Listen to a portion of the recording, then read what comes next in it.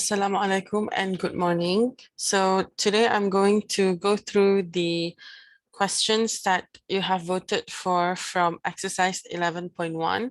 Most of these questions that you guys highly voted for are quite similar. They are looking at the same reaction. It's just that some of these questions are phrased differently.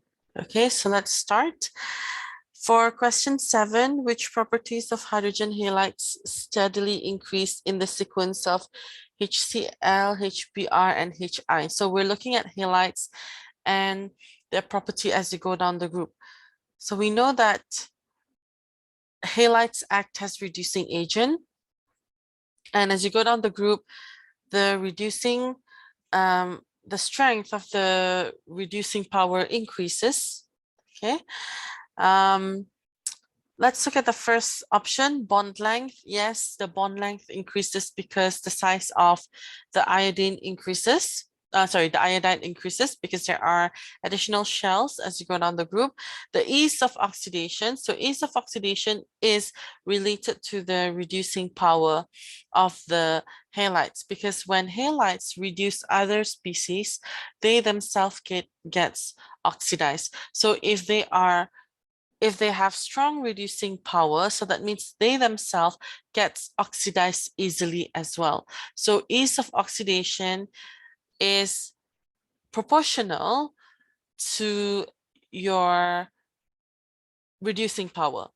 Okay, so ease of oxidation increases. So that means if iodide is strong at reducing other people, then itself also gets easily oxidized. Thermal stability, I think you may have looked at your notes on thermal stability was the reaction, the bond energy. Okay, so it is related to the bond energy of the hydrogen halides. And as you go down the group, the bond energy gets smaller, so the thermal stability should also get smaller or decreases. That means hydrogen iodide gets decomposed or broken down easily compared to hydrogen chloride. Okay, so thermal stability decreases as you go down the group. So only option 1 and 2 are correct. Next, we look at question 8. So question 8 is looking at the reaction on page 6. So this is the reaction that I mentioned in the video that students always take it lightly. Okay, when you have your halides, either sodium halides or potassium halides reacting with concentrated sulfuric acid, it is an important reaction.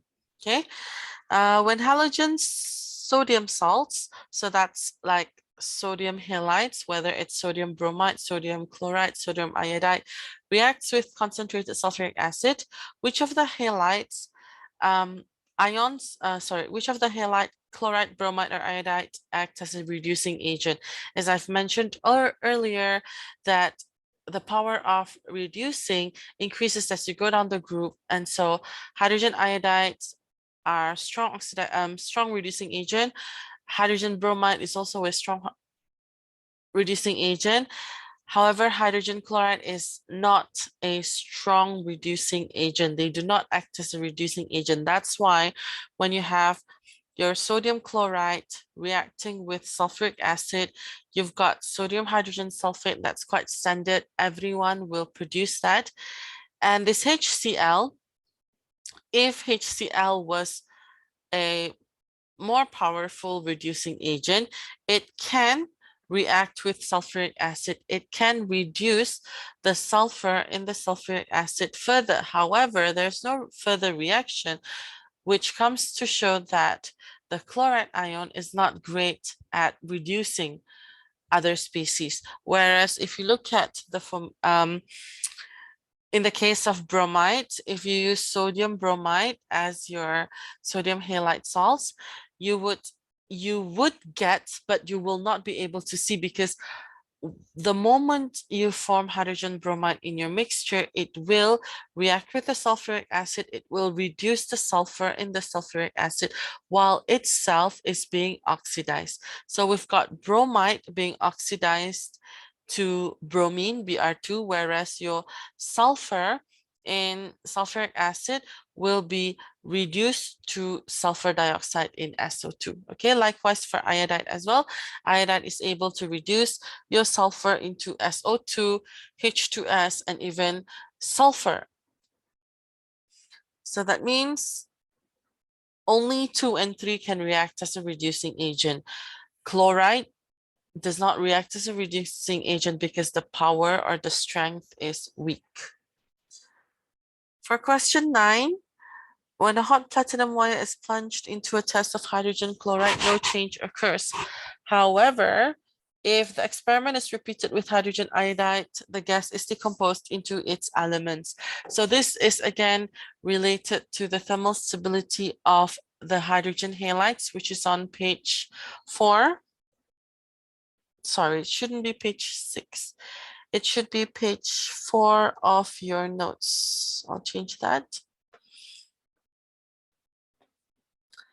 Which factors results in this behavior? Okay, the strength of the hydrogen-halogen bond. Yes, if you look at your notes on page 4, they look at the bond energy or the bond enthalpy of your hydrogen halides, and you can see that hydrogen iodide has the smallest bond energy. That means it's the weakest bond. Okay, that's why it decomposes, it breaks down easily. The standard enthalpy of formation of each of the products of the decomposition. Okay, so because you do not need a lot of energy to break down the bond, the enthalpy change of the formation of the products of decomposition is also small because you don't need a lot of energy to be taken in by this reaction. Okay, so option 2 is not that obvious. But option 3, the size of the halogen atom, yes, the size matters because the bigger your iodide ion is, as it has more additional shells as well as shielding. So that makes your hydrogen iodide bond to be weaker, and therefore it decomposes easily at much lower energy or lower temperature. Okay, so 1 and 3 is the more obvious answer, but you do not have an option for 1 and 3 only, so that means 2 must be true. Next question is question 11. Again, what is the complete list of the products from the reaction of potassium bromide with concentrated sulfuric acid? This is on page 6. Yeah, because it's bromide. On page 6, so what happens is that when you have potassium bromide reacting with sulfuric acid, the general product that you would get would be potassium hydrogen sulfate as well as your hydrogen bromide.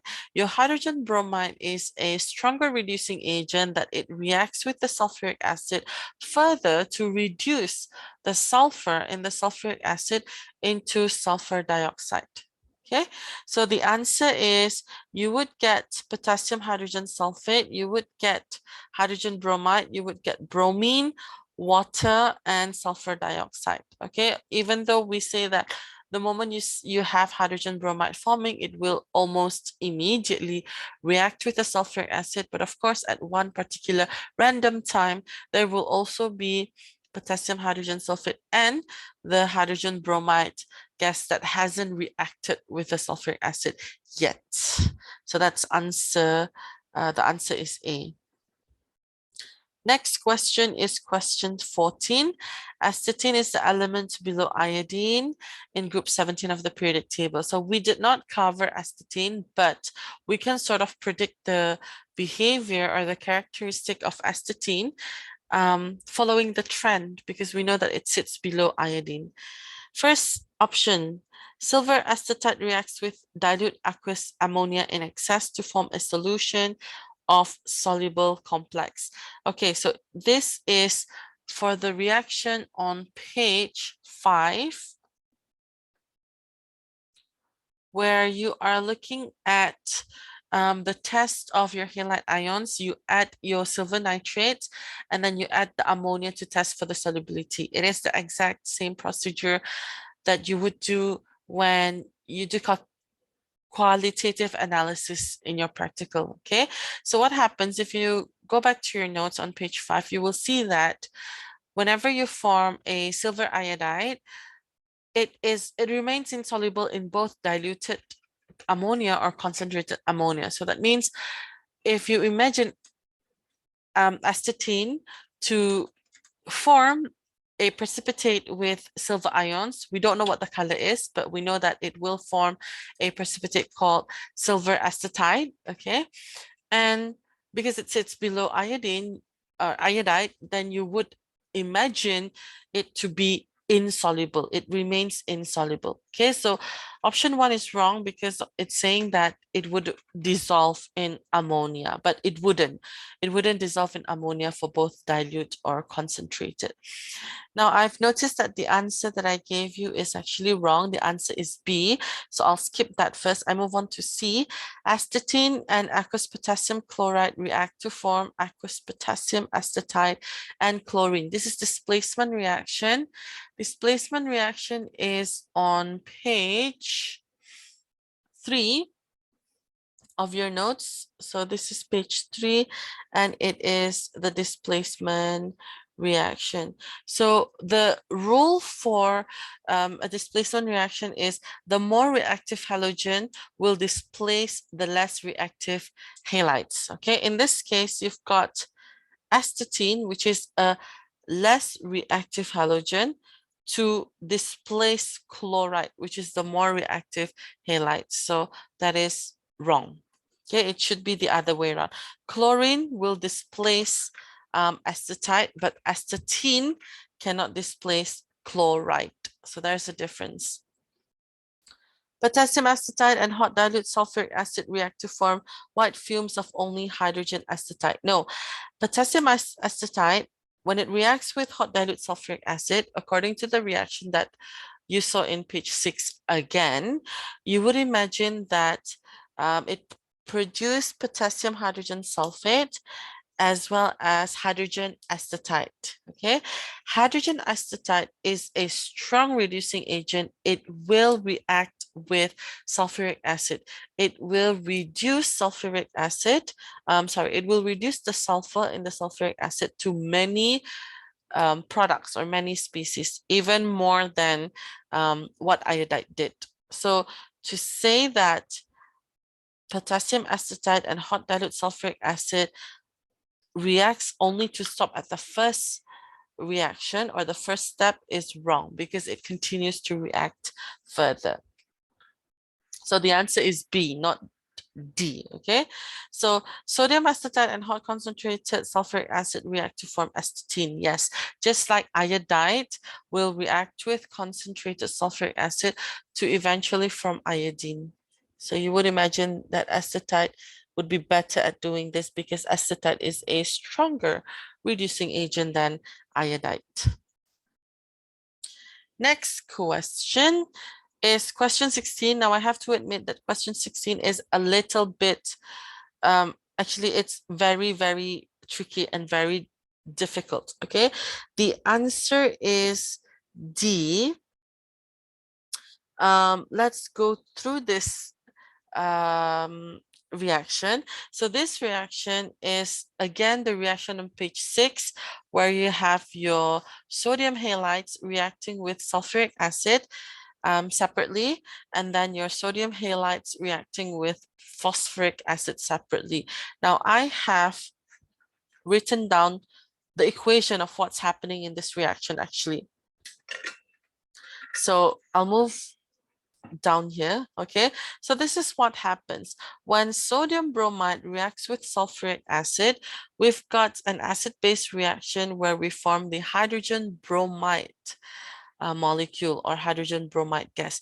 Now, because we know that hydrogen bromide is a relatively strong reducing agent, it will react with the sulfuric acid. It will reduce the sulfur in the sulfuric acid into SO2. Okay, so that's quite standard, right? Whereas If it reacts with phosphoric acid, you only observe the colorless acidic gas. You do not observe the formation of bromine. The reason is because this further reaction doesn't happen. HBr does not react, HBr does not react with phosphoric acid. It cannot reduce the phosphorus in that acid H2PO4. That's why you only observe the colorless acidic gas, and that is your hydrogen bromide gas. Well, usually it's seen as white fumes, or it is written as white fumes, but they like to trick you here. Okay, so they want to make you think that the colorless acidic gas is actually sulfur dioxide. No, if you get sulfur dioxide, you should have seen a brown vapor as well, which is of bromine. Okay, now with sodium fluoride, both sulfuric acid and phosphoric acid does not continue to react further.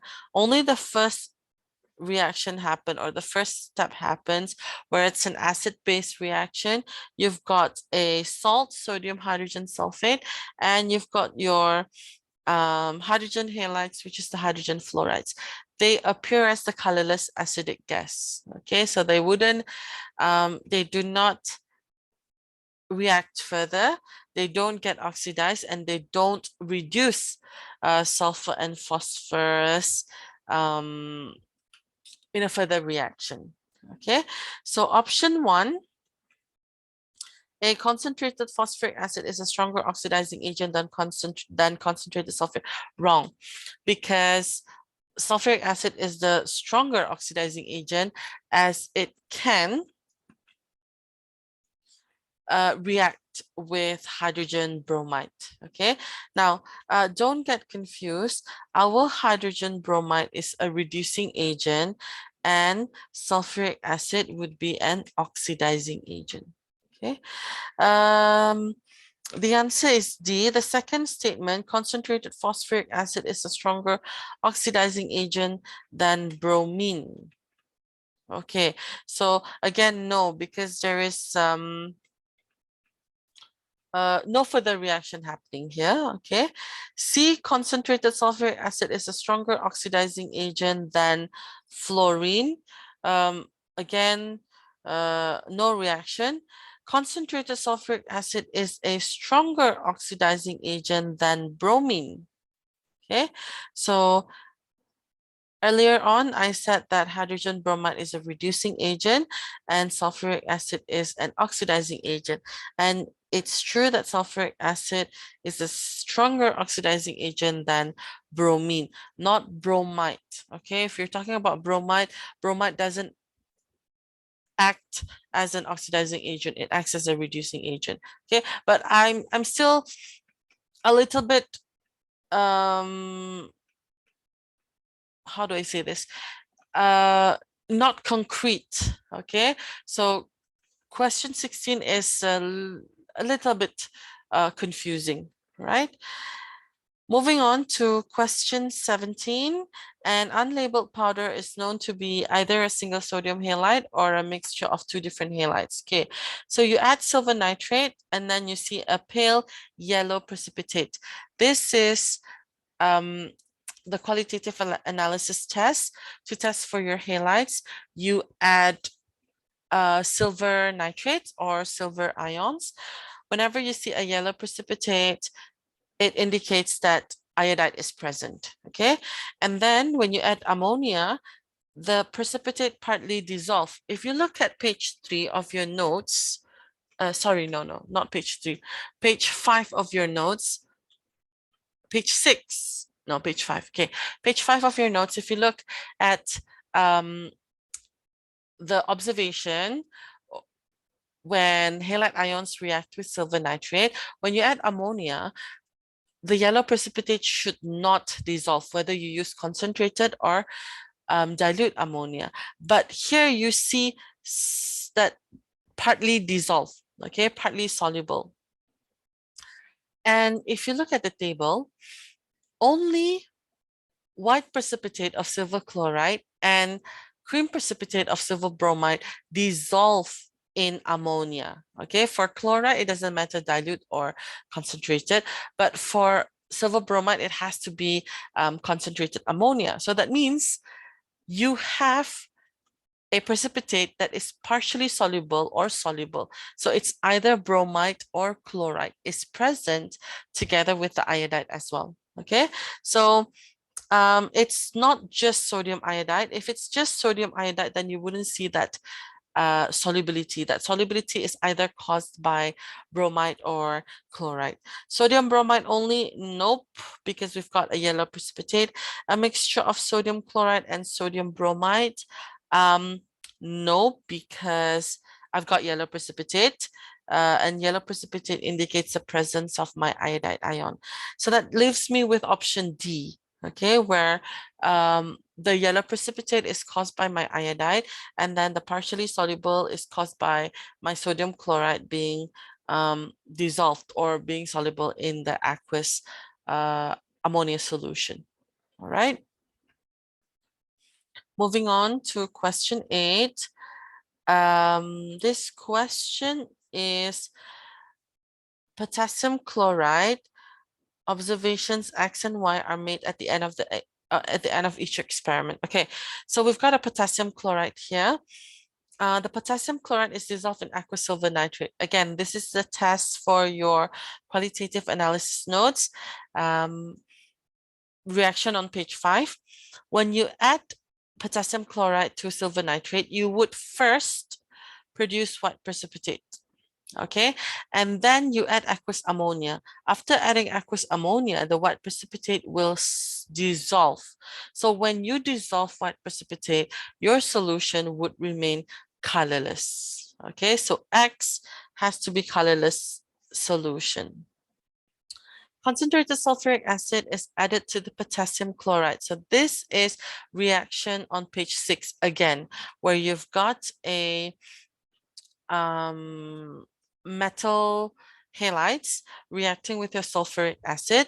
So in this case, you've got a potassium chloride. So I would produce potassium hydrogen sulfate and HCl. All right. Now HCl does not react further.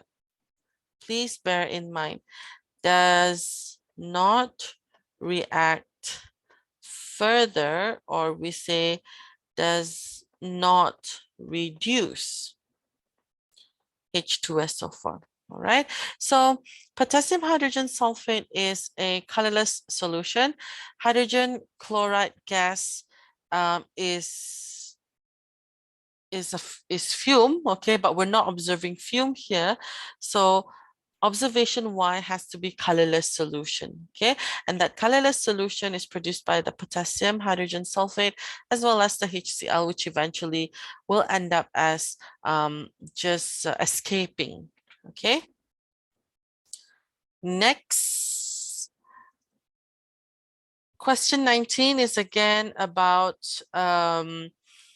astatine. We did not learn astatine, but we know astatine sits below iodine, so it can follow the trend. Okay, so if concentrated sulfuric acid is added to sodium acetate, the resultant products are a mix of astatine, hydrogen acetate, hydrogen sulfide, and sodium sulfate. Again, this reaction is involving reaction on page 6. It's when your sodium halides react with sulfuric acid.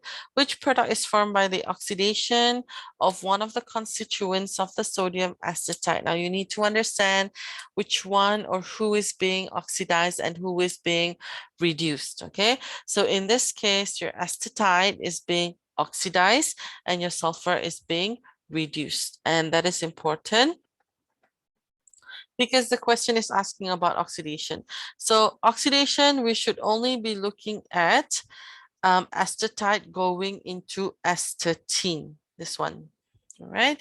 We don't talk about sulfur because it involves reduction. Hydrogen acetate, well, hydrogen acetate is the original form or the starting material, okay?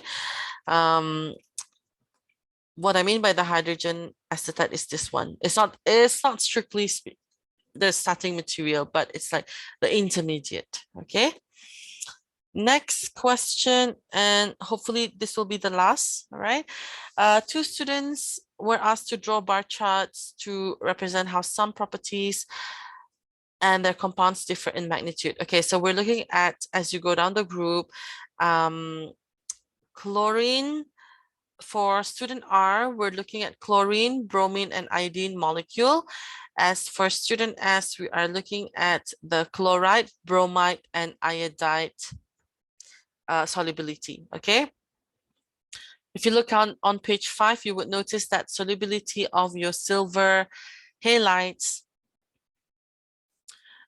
decreases, okay? So your silver iodides will not dissolve. It is insoluble. So that means solubility is decreasing as you go down the group, but the numbers are increasing. So that is wrong. Whereas for student R, as we know that your halogens, as you go down the group, it gets less reactive. So that means chlorine is the most reactive, bromine, followed by bromine, and iodine being the less reactive. So that means if, since the number is negative number, you notice that it falls below 0. That means we're giving out energy. Okay, the enthalpy change is negative, exothermic. We give out energy. So if the halogen is reactive, that means it gives out a lot more energy. And if that halogen is less reactive, it gives out less energy to the surroundings. So only the graph that belongs to student R is correct. Okay, so that is all for today. I hope I helped to clear any misunderstanding or any confusion that you've had when you share your answers. If you have any questions that you would like to ask, please don't hesitate to contact me. Okay, Assalamualaikum, and thank you, everyone. You're welcome.